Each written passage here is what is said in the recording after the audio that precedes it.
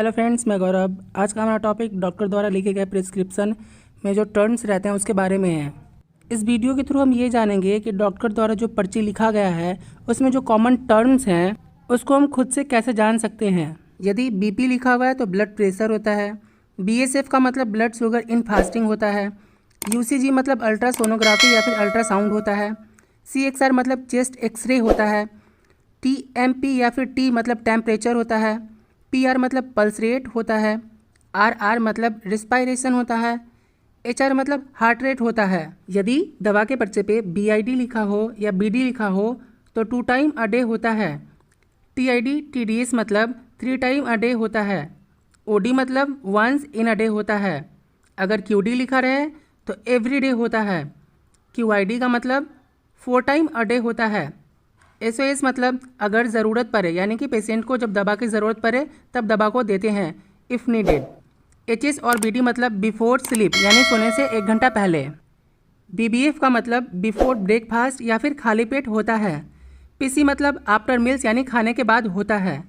AC मतलब before meals, यानी खाने के पहले होता है। और अगर ओपीडी लिखा हुआ है, ओपीडी का मतलब क्या होता है? ओपीडी मतलब आउट पेशेंट डिपार्टमेंट, यानी वैसा पेशेंट जो हॉस्पिटल में भर्ती ना है, वो आउट पेशेंट डिपार्टमेंट के कैटेगरी में आता है। जिसे कॉमन सी बीमारियां हैं और जो बाहर से ही दवा लेके चला जाए, वो ओपीडी की कैटेगरी में आता है।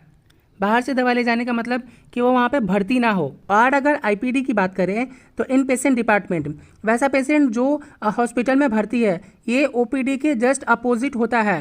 तो ऐसा पेशेंट जिसका सर्जरी या फिर कुछ भी ट्रीटमेंट हॉस्पिटल में चल रहा है, वो आईपीडी के अंतर्गत आता है। इट मीन्स उसके पर्चे पे आईपीडी लिखा रहेगा। C/ऑफ का मतलब होता है कंप्लेन ऑफ, यानी कि डॉक्टर को आपने जो भी बताया है या फिर पेशेंट ने जो भी बताया, उसे वोमिटिंग है, बुखार है, कॉन्स्टिपेशन है, ईटीसी कुछ भी है, तो वो कितने टाइम हुआ है। अगर बुखार है तो कितनी देर से है, अगर वोमिटिंग हुआ तो कितने टाइम हुआ। तो डॉक्टर क्या करते हैं, C/ऑफ देके उसको इंडिकेट करते हैं।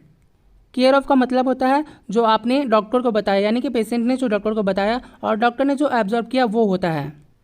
और ओई का मतलब होता है ऑन एग्जामिनेशन, यानी कि पेशेंट ने जो डॉक्टर को बताया और डॉक्टर ने जो पेशेंट को समझा उसको कौन सी डिजीज़ है, इसके बेसिस पे उसका फीवर, पल्स रेट, बीपी, ये सब मेज़र करता है, वो ओई के अंतर्गत लिखता है। आरएक्स का मतलब होता है प्रिस्क्रिप्शन।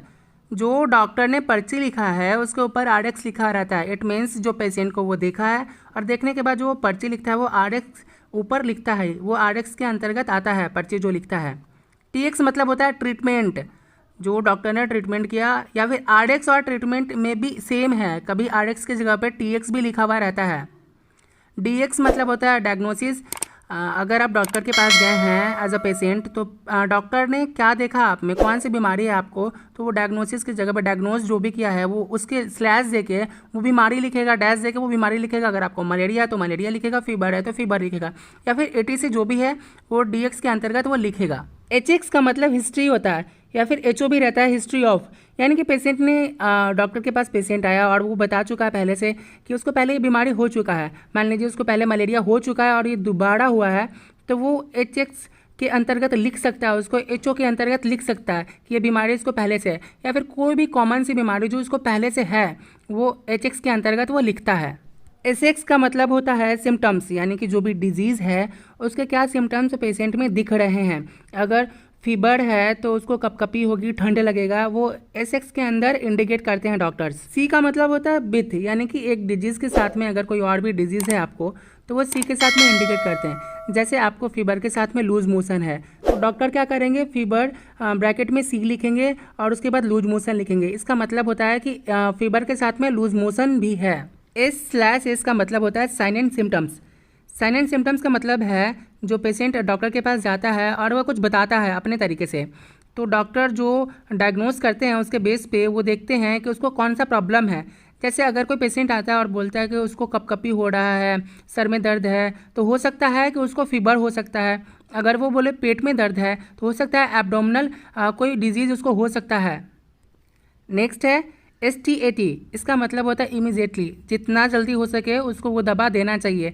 डॉक्टर के प्रिस्क्रिप्शन पे अगर ऐसा लिखा हुआ है तो पेशेंट को वो दवा या फिर जो भी चीज़ वो लिखा है वो प्रोवाइड जल्दी करना चाहिए। VS का मतलब होता है वाइटल साइन, यानी कि VS आपके वाइटल साइन को इंडिकेट करता है। जैसा कि आप जानते हैं वाइटल साइन मतलब आपका pulse rate, respiration rate, temperature और ब्लड प्रेशर आता है। तो डॉक्टर अगर वीएस लिखते हैं पर्ची के ऊपर तो वहाँ पे आपके ये सारे चीज़ पल्स रेट, रेस्पिरेशन, टेम्परेचर और ब्लड प्रेशर इंडिकेट होता है। CAP लिखा हुआ है इसका मतलब होता है कैप्सूल, TAB लिखा हुआ है इसका मतलब होता है टैबलेट, SYP लिखा हुआ है इसका मतलब सिरप। यानी कि ये डॉक्टर के पर्ची पे लिखा हुआ रहता है। तो डॉक्टर ये दवा रिकमेंड करते हैं तो किस वे में लेना है, कैप्सूल के वे में लेना है, टैबलेट के वे में लेना है या सिरप के वे में लेना है। अगर बच्चा है तो वो सिरप के वे में बोलेंगे, या फिर टैबलेट या कैप्सूल है तो वो इंडिकेट करते हैं। अगर प्रेग्नेंट वुमेन है तो टैबलेट प्रीफर करते हैं कैप्सूल की जगह पे वो। INJ का मतलब होता है इंजेक्शन। तो डॉक्टर अगर प्रिस्क्रिप्शन पे इंजेक्शन लिखा है, INJ लिखा है, इट मीन्स उसका आपको इंजेक्शन लगने वाला है। और IV का मतलब होता है इंट्रावेनस, जो इंजेक्शन नस में दिया जाता है, वेन में दिया जाता है। नॉर्मल लैंग्वेज में उसको नस बोलते हैं बट मेडिकल टर्म में उसको वेन बोलते हैं। जो इंजेक्शन वेन में दिया जाता है उसको इंट्रावेनस बोलते हैं। और ऐसे ही जो इंजेक्शन IM इंट्रामस्कुलर होता है वो मसल्स में दिया जाता है। नॉर्मली जो डॉक्टर यूज़ करते हैं वो IM इंजेक्शन ही यूज करते हैं, इंट्रामस्कुलर इंजेक्शन का ज़्यादा प्रयोग करते हैं। एट लास्ट, अगर आपको वीडियो अच्छा लगा तो हमारे चैनल को सब्सक्राइब करें, वीडियो को शेयर करें। Thank you.